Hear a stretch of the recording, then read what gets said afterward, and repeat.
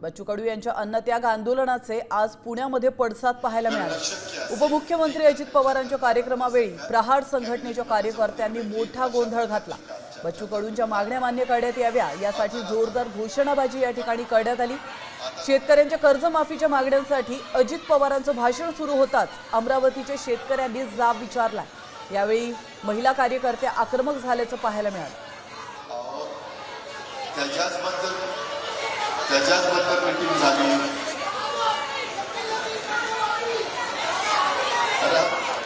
त्याला सांगितलं ना की त्या विषयाच्या एक मिनिट अशी मागणी करून चर्चा होत नसते, त्याबद्दल कमिटी केलेली आहे, कमिटी करून ती निर्णय त्याला बाजूला घेऊन जाता मी सांगितलं समजून।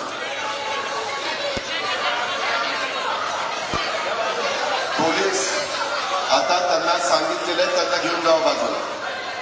तुम्ही आता मी व्यवस्थित सांग ताई, मी इतकं व्यवस्थित सांगितलेलं आहे, हे बरोबर नाही तुमचं।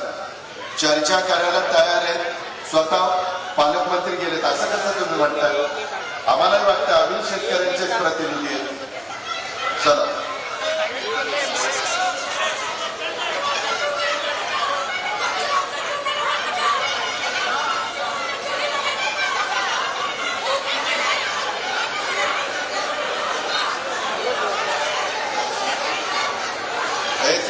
तुमचं काय काम आहे? तुम्ही खाली मागे बसा।